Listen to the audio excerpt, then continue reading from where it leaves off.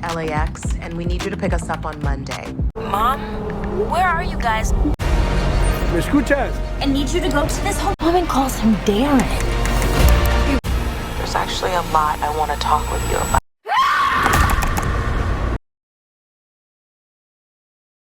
Film dimulai dengan rekaman video yang diambil pada tanggal 13 April 2008, tepatnya jam 10.25 siang. Seorang bocil bernama Jun dengan panggilan kecilnya, Jun Bak, sedang bermain dengan sang ayah James di rumah orang tua dari ayahnya Jun. Setelah itu, mamanya Grace Allen datang. Tak berapa lama, James tiba-tiba mimisan. Video rekaman itu pun dihentikan. Scene ketika James mimisan dipotong. File video itu juga diubah nama menjadi terakhir jalan-jalan keluarga. Entah siapa yang menggunakan komputer ini, dia menghapus akun Google dan semua akun sosmednya. Terlihat juga bookmark browser yang berisikan banyak halaman tentang tumor otak. Dari sini kita bisa menyimpulkan bahwa kemungkinan besar James mimisan dan meninggal akibat tumor otak tersebut. Singkat cerita, 12 tahun pun berlalu, dan Jun sudah beranjak remaja. Kini ia sedang menjalani liburan musim panasnya dengan menghabisi waktu nonton series Netflix berjudul Unfiction, tentang kasus kriminal yang lagi viral. Tak lama setelah itu, ibu Jun yaitu Grace menelponnya lewat FaceTime. Dia yang lagi nyetir OTW pulang dari kantor. Ia berencana akan liburan berdua dengan pacarnya ke Kolombia hari ini. Sedikit backstory, setelah James meninggal, dia hanya membesarkan Jun sendirian. Dan baru-baru ini kenal dengan seorang pria bernama Kevin Lin, hingga mereka pacaran. Selama ditinggal liburan, Grace mewanti-wanti Jun yang sendirian di rumah untuk tidak minum, dilarang membuka pintu untuk orang asing, dan terus menyalakan GPS-nya agar Grace selalu tahu keberadaan Jun. Grace juga telah meninggalkan pesan kepada teman sekaligus pengacaranya bernama Heather, agar secara rutin mengecek Jun ke rumah. I left a key with Heather. Just call her if What? you need Heather, I anything. am With whatever you 18. need. I don't need a baby. I just need to know that you're safe. I also just deposited some money into your account. Setelah telepon ditutup, Grace mengirim uang ke rekening Jun sebesar $350. Oh jelas, Jun yang masih ABG tidak mendengarkan pesan mamanya. Begitu uang masuk ke rekening, Jun langsung transfer $120 ke bestinya Vina untuk membeli makanan dan minuman untuk mengadakan party di rumahnya. Tak lama kemudian, pacar Grace yaitu Kevin sampai duluan ke rumah. Dan terlihat Jun gak begitu srek dengannya. Sebagai orang yang baru masuk ke keluarga Jun, Kevin mengatakan jika dia benar-benar mencintai ibunya. Di tengah itu, Grace sampai ke rumah dan meminta Kevin untuk segera memesan gokar ke bandara. Sebelum berangkat, Grace berpesan ke Jun untuk menjemputnya pada hari Senin di bandara Los Angeles. Jun sempat sedih melihat kepergian ibunya dari CCTV, mengingat Grace berangkat pada hari ayah. Itu artinya, Jun yang sudah lama kehilangan sang ayah sangat ingin ditemani oleh Grace pada hari itu. Tepat setelah Grace dan Kevin berangkat ke bandara, masuklah chat dari Vina yang telah membeli semua persiapan pesta. Tak berapa lama, Kevin mengirim pesan gambar jika Grace sudah di pesawat. Diketahui Grace gak dapat sinyal, dia mengabari Jun lewat message-nya Kevin. Sore itu, Heather datang memastikan kondisi rumah, sekaligus membawa makan malam untuk Jun. Hari-hari selanjutnya dilalui oleh Jun dengan bersenang-senang bersama teman-temannya.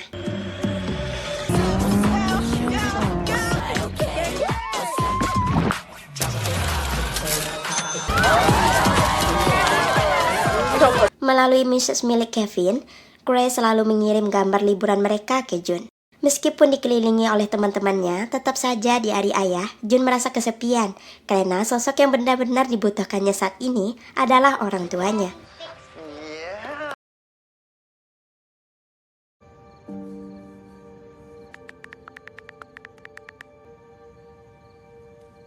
Tepat di hari Senin di mana Grace akan pulang. Jun yang baru ingat kalau hari ini harus menjemput ibunya ke bandara, ia buru-buru pesan GoClean buat bersihin rumah. Sedangkan Jun langsung ke bandara dan menunggu kedatangan sang ibu.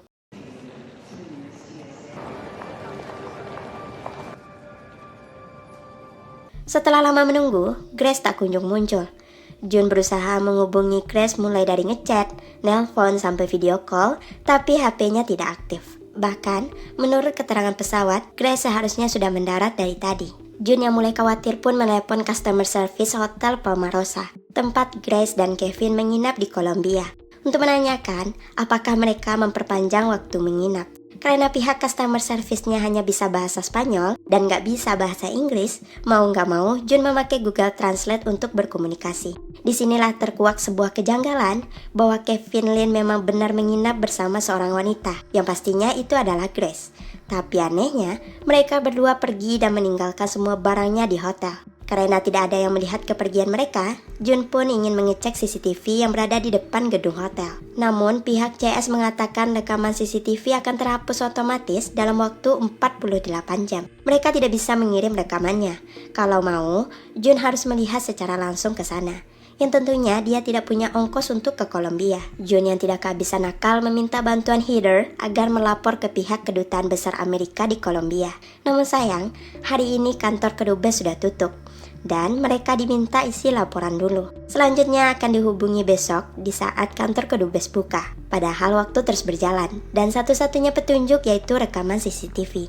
Keesokan paginya, agen FBI dari kedubes Amerika di Kolombia bernama Elijah Park menghubungi Jun dan meminta informasi apapun yang berkaitan dengan Grace. Park dan agen lainnya tidak bisa langsung mengecek CCTV hotel begitu saja, karena harus didampingi oleh polisi setempat. Maka dari itu, Park meminta Jun untuk memberi akses ke emailnya Grace agar lokasinya bisa di-tracking. Jun berusaha mengakses email ibunya, namun sayang dia tidak mengetahui password email tersebut. Sekarang, waktu tersisa 6 jam lagi.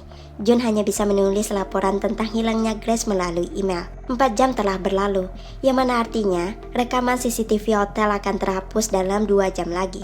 Melalui chat, Vina menyarankan untuk mengecek live cams di Kolombia seperti yang dia lihat di film Unfiction. Setelah dicek, ternyata CCTV hanya menunjukkan lokasi wisata yang terkenal saja. Karena masih belum ada kabar dari Park, Jun mendapatkan ide untuk menggunakan jasa Gojek cabang Kolombia. Dia menyewa jasa bebersih dan membetulkan listrik bernama Javi Ramos. Listen, we can. I think I might have something.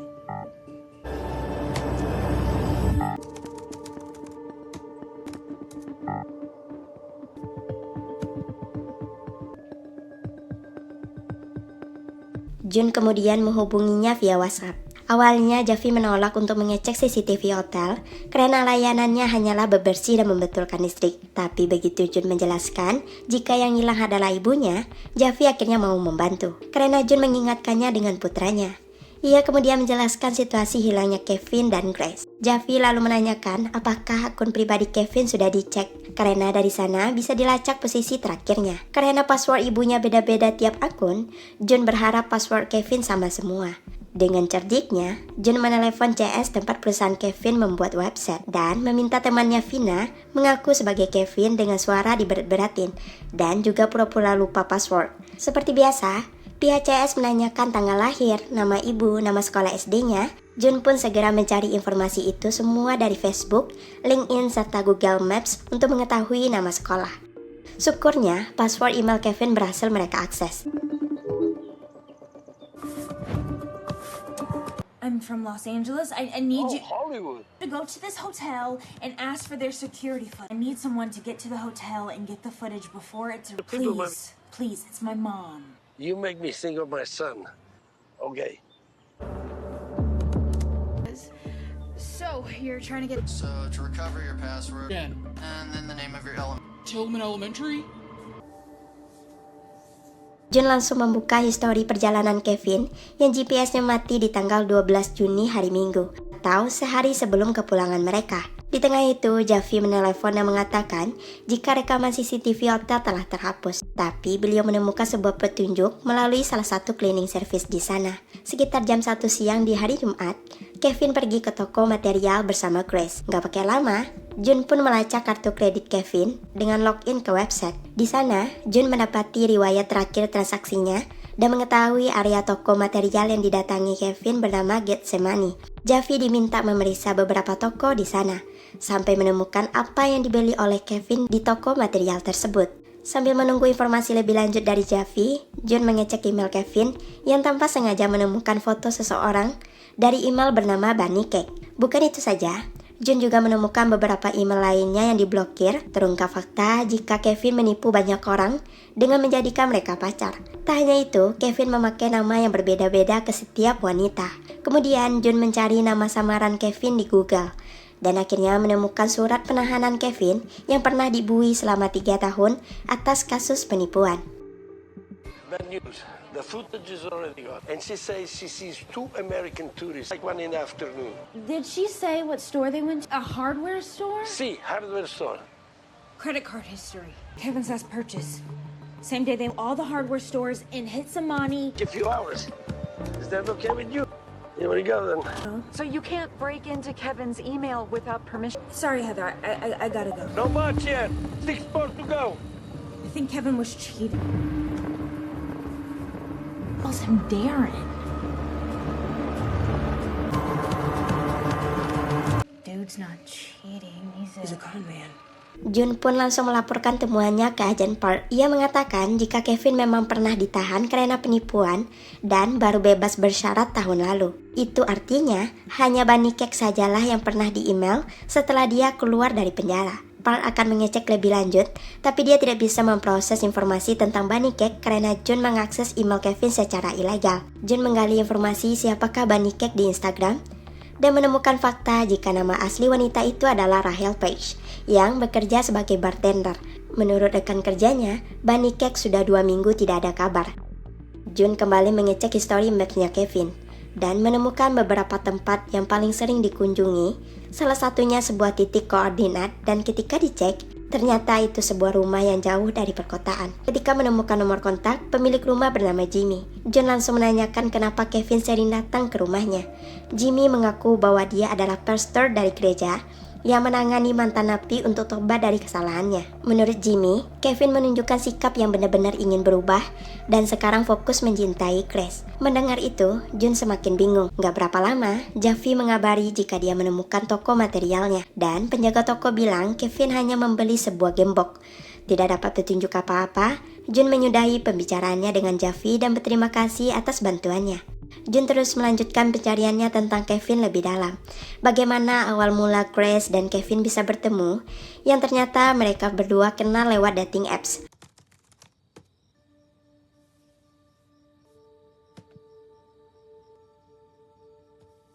Obrolan antara mereka berdua ini tidak ada yang aneh sama sekali. Bahkan terkesan sangat positif, saling curhat dan menyemangati satu sama lain. Saking percayanya dengan Grace, Kevin juga menceritakan tentang masa lalunya yang terlibat kasus penipuan hingga masuk bui, dan menunjukkan sikap yang benar-benar ingin meninggalkan sifat buruknya. Kelihatan bahkan di sini tulus dan giginya Kevin mendekati Grace, sampai akhirnya Grace juga memberitahu rahasianya yang tidak pernah diberitahu kepada siapapun. Tapi sayangnya, hal tersebut dibicarakan melalui telepon. Mengingat ibunya suka ke tempat romantis, Jun mencari tempat-tempat romantis di Kolombia. Dapatlah lokasi jembatan gembok cinta yang sangat relate dengan gembok yang dibeli Kevin di toko material. Setelah dicek, Javi menemukan gembok dengan inisial GAKL yang berarti Grace Allen dan Kevin Lin. Jun langsung teringat dengan CCTV live scam di Kolombia yang direkomendasikan Vina waktu itu. Dia mengecek dan melihat Javi di sana. Jun mengatur waktu sesuai dengan kedatangan Kevin dan Grace ke jembatan itu. Jun melihat mereka yang sedang berada di atas jembatan tersebut, di mana Kevin melamar Grace. Melihat itu, Jun yakin jika hubungan antara Kevin dan Grace benar-benar nyata dan bukan sebuah kasus penipuan seperti sebelumnya. Tak lama kemudian, agen Park menelepon Jun dan mengirimkan video amatir yang terjadi saat setelah Kevin melamar Grace. Video itu menunjukkan mereka diculik oleh beberapa orang misterius. Ditambah, Park juga menemukan bukti pemindahan uang dari rekening Grace ke rekening orang tak dikenal. Melihat video tersebut, Jun sangat khawatir dengan kondisi ibunya karena dialah satu-satunya keluarga yang dimilikinya sekarang. Javi berusaha menenangkan Jun jika ibunya pasti akan segera ditemukan. Jun yang masih kepikiran tentang ibunya ngelihat foto kiriman sang ibu dari mesesnya Kevin dan menemukan sebuah fakta.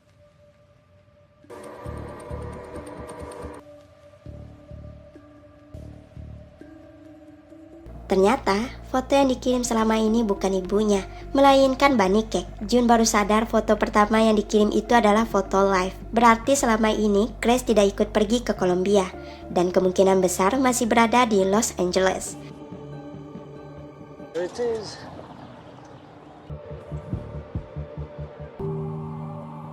Did you see them? It was real. Who are these people? We don't know. So they may just want money. We're mobilizing units across the city as we speak.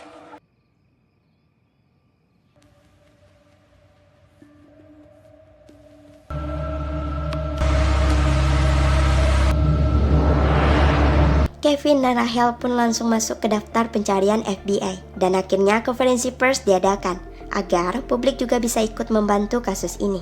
Kejadian ini langsung viral di mana-mana. Setelah kasus ini diteliti, polisi yakin jika kejadian terjadi ketika di dalam gokar. Dugaan sementara, Grace ditukar sama Rahel pas OTW ke bandara.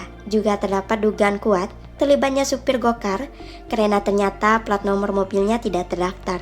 Dan pihak gokar tidak menemukan kode perjalanan yang sesuai posisi. Kevin dan supir gokar yang membantunya pun semakin dicurigai. Beberapa waktu setelah kasus ini, pihak kepolisian berhasil menemukan para penculik Kevin dan Rahel yang ternyata Lalu, Rahel berhasil diamankan polisi saat akan pulang ke Amerika. Rahel kemudian diwawancarai oleh media. Dari kesaksiannya, ia diminta berakting dan bergaya tertentu untuk kebutuhan acara reality show. Tapi setelah adegan penculikan, Rahel menyadari ada yang tak beres. Makanya dia langsung pulang. Agen Park menunjukkan Jun sebuah CCTV di mana Rahel dijemput tidak jauh dari bandara dan hanya melihat Kevin beserta sopir gokar di dalam mobil. Rahel tidak tahu persis wajah supir yang nyetir di kursi depan. Di CCTV saat Rahel dijemput pun si Grace memang tidak ada di dalam mobil. Sekarang kasus ini semakin kusut karena FBI menemukan fakta jika sebenarnya identitas asli Grace telah ditutup rapat-rapat bertahun-tahun lamanya oleh pengadilan. Nama asli ibu kandung Jun bukanlah Grace Allen. Akibat hal ini langsung menggeser pandangan publik yang beralih curiga kepada Grace karena dianggap sengaja menghilang untuk menutupi suatu yang buruk di masa lalunya. Sebagai anak, Jun tak terima ibunya dihujat. Ia memilih mereport postingan apapun yang memojokkan ibunya. Jun masih berusaha menggali informasi tentang hilangnya sang ibu. Including officers at the Venezuelan border. We are now turning to the public for any information. Hi everybody, first up this morning, the strangest case I've ever seen, seemingly swapped out with another. Begins today for a woman police say went missing. I think whatever happened must have been on the job. Mom gets in the Uber, take the 405. That's when it happened. Uber has no record of the trip, and the car was... By the time Kevin got there, your mom was already gone. See his face from the back seat. You mentioned that you don't have any extended family, right? No, she's just Grace Allen. Why? Out Grace Allen is just one of the mystery women behind a court-ordered seal. Dia pun men-searching history akun Kevin dan tersengaja menemukan history penggunaan aplikasi chat rahasia bernama Guys. Ternyata Kevin memiliki akun di sana. Setelah meriset kata sandi, Jun berhasil masuk. Ia menemukan satu chat mencurigakan yang chat terakhir terjadi kemarin sore. Ditambah, pemilik akun baru bergabung 1 minggu yang lalu. Dengan nekatnya, Jun mengirim pesan pakai akun Kevin dengan beralasan jika dia harus segera mengganti HP-nya dan meminta nomor HP si pelaku.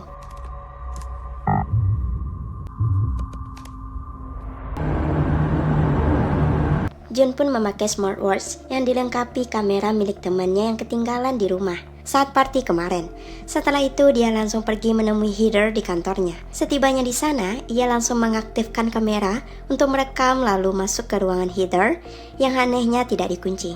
Jun sekilas melihat komputer yang sedang proses penghapusan data. Tak hanya itu, ada pesan ancaman kepada Heather yang dipaksa menutupi suatu fakta.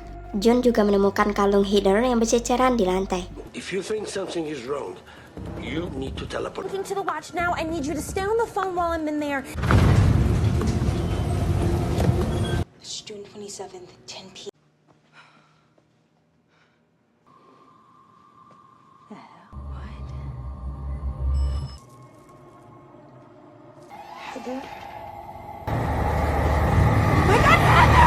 Atas kejadian itu, Park menyayangkan Heather ikut terseret dalam kasus ini. Menurut Park, Heather pasti memiliki informasi yang sangat penting tentang Grace. Si pelaku pasti menghabisi karena tak ingin Heather membuka rahasia tersebut.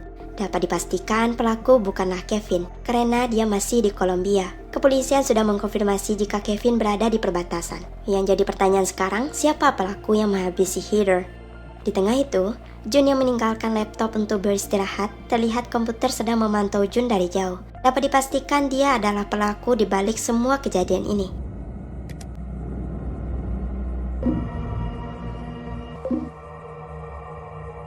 Tak berapa lama, Vina mengirimkan link video live penangkapan Kevin di perbatasan.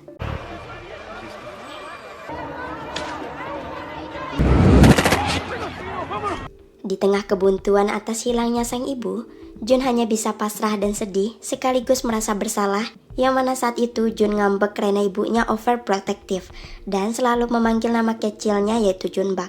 Sekilas ia teringat apakah kata sandi email Grace adalah Junbak. Dia pun mencoba membuka akun Google Grace dengan kata Junbak dengan mengubah huruf E menjadi angka 3. Berhasil masuk, langsung dicek posisi terakhir Grace yang ternyata berada tidak jauh dari bandara.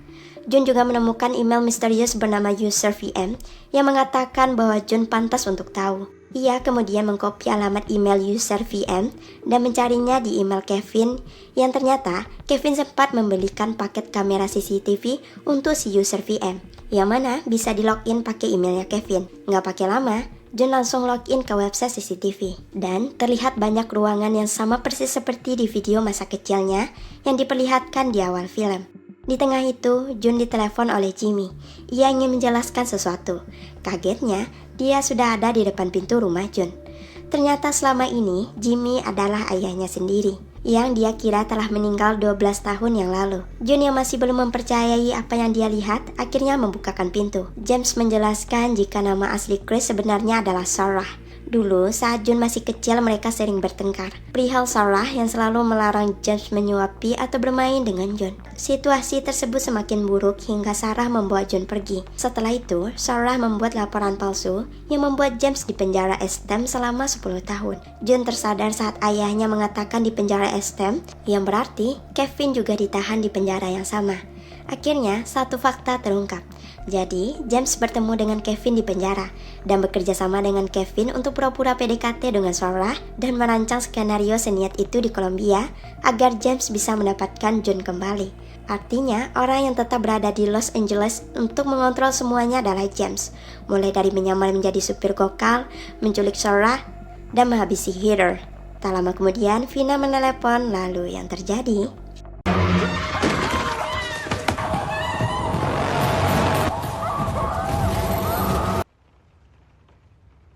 Flashback ke 12 tahun yang lalu menunjukkan Sarah memutar video Last Family Trip di komputernya. Film yang sengaja dipotong oleh Sarah di awal film, ternyata video itu berakhir dengan James yang emosi dan melakukan kekerasan padanya. Kita juga diperdengarkan percakapan antara Sarah dan James. Home so that we can work this out as a family. You can't just make shit up in order to steal my daughter from me, Sarah.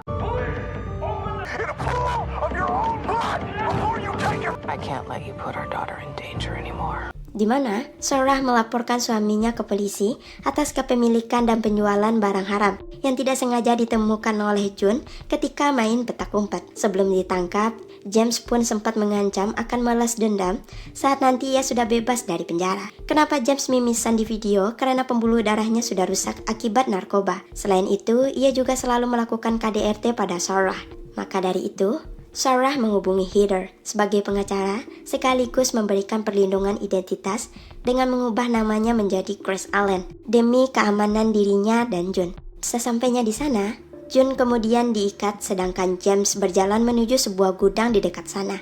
Ternyata Sarah yang selama ini menghilang ternyata dikurung di sana. James hendak menghabisi Sarah agar ia bisa hidup berdua dengan Jun, tapi untungnya Sarah berhasil melawan dan kabur mengunci James di gudang tersebut. Sarah yang tahu putrinya ada di sini langsung menyelamatkannya dengan membuka ikatan Jun. Di sini terlihat betapa bahagianya Jun melihat ibunya kembali.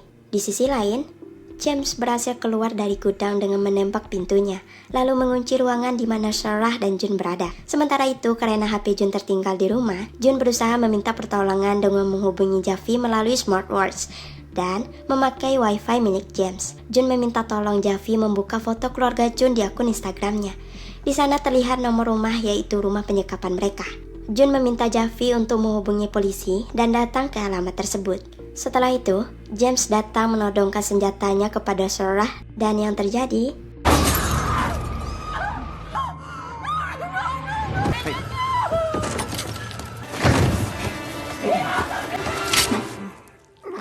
Dalam kondisi sekarat, James sempat mengunci pintu ruangan Sarah dan Jun, sampai akhirnya dia tewas. Sedangkan Jun sangat sedih melihat kondisi ibunya yang semakin lemah. Sampai akhirnya dia teringat kebiasaan ibunya selalu menggunakan Siri kapan saja. Karena akun CCTV masih terhubung di laptop dan juga HP Jun, nggak pakai lama, Jun langsung menyuruh Siri menelepon 911.